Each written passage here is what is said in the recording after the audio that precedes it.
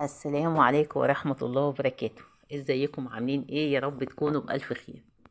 بسكوت الشاي لزوم السقسقة هنعمله بإذن الله اقتصادي جدا. لا بيض ولا زبدة ولا لبن، حاجة كده جميلة جدا. بنص كوباية زيت هنعمل الكمية اللي انتوا شايفينها دي. هيطلع معانا بإذن الله هش ومقرمش وخفيف وبيدوب معاكي في الشاي. يلا نقول كده بسم الله ونشوف البسكوتة بتاعتنا الحلوة دي عملناها ازاي. معايا هنا المقادير بتاعتي 3 كوبايات ونص من الدقيق، عليهم ذرة بسيطة من الملح، ومعايا معلقة صغيرة من البيكنج باودر، ومعلقتين كبار من النشا. طبعا انا عندي النشا هنا بدل البيض لان انا ما عنديش بيض، فالنشا هيدي هشاشة كده للبسكوتة بتاعتي ما تبقاش مكتومة.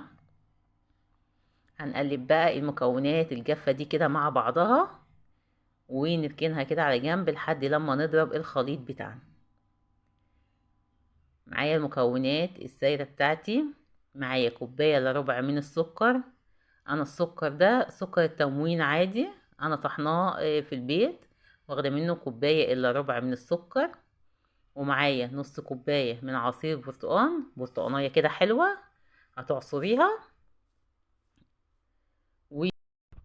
ومعايا هنا نص كوباية من الزيت، حط عليها معلقتين من السمنة. يعني في الاخر معايا المادة الدهنية كوباية الا ربع. تمام كده.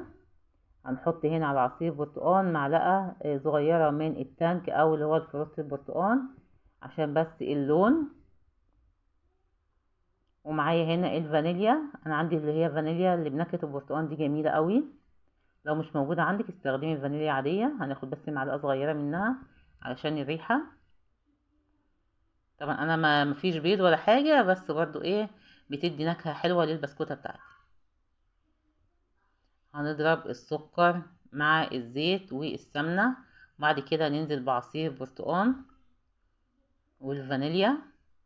كل ده عندك في الخلاط عادي، لو بالمضرب اليدوي هتشتغل مفيش اي مشكلة خالص. البسكوت بتاعنا سهل جدا، في 10 دقايق هتعمليه ويعمل معاكي كمية حلوة كده زي ما شفت في اول الفيديو. بعد ما ضربنا كده السوائل بتاعتنا كلها مع بعضها هننزل بالدقيق واحدة واحدة، هننخله كده واحدة واحدة. ما تنزليش بالدقيق كل مرة واحدة لان الدقيق بيختلف من دقيق للتاني. انا ممكن ياخد معايا 3 كوبايات ونص، انت ممكن ياخد معاكي اقل، ممكن ياخد ازيد على حسب. انا شفت اللي كده العجينة كانت لسه البسكوتة لسه عايزة دقيق. بصوا انا ما بعجنش، انت بتلمي بس كده بتشربي الدقيق للسوائل. خلاص كده اتلمت معايا. انا بالنسبه لي خدت معايا 3 كوبايات ونص لان انا عارفه ان هي هتاخدهم، فعشان كده حطيت النشا وكله على بعض. بص بقى، لو انت مش متاكده من الدقيق بتاعك يبقى ما تحطيش النشا على الدقيق. هتحطي معلقتين النشا على السوائل، بعد ما تضربيهم في الخلاط هتحطي معلقتين النشا، وبعد كده تنزلي بالدقيق واحده واحده. تمام كده حبايبي، عشان انا عايزه معلقتين النشا بس. بعد كده ما بين كيسين تلاجة كده بنفتحهم، وببدأ ان انا افردهم ما بين الكيسين. طبعا ده بيسهل عليا كتير قوي.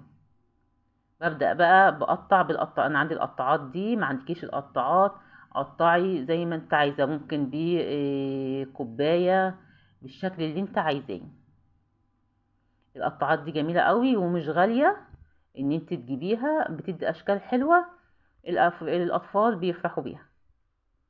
بصوا ما شاء الله عملوا معايا الكميه دي، ما خدوش اي وقت خالص. بعد كده بشوكة وتبدأي تخرميه، طبعا لان هو فيه بيكنج باودر فانا مش عايزاه يترفع مني في الفرن. فبنعمله بالشوكة كده، منها بيدي شكل حلو للبسكوتة، وفي نفس الوقت ما يترفعش مني.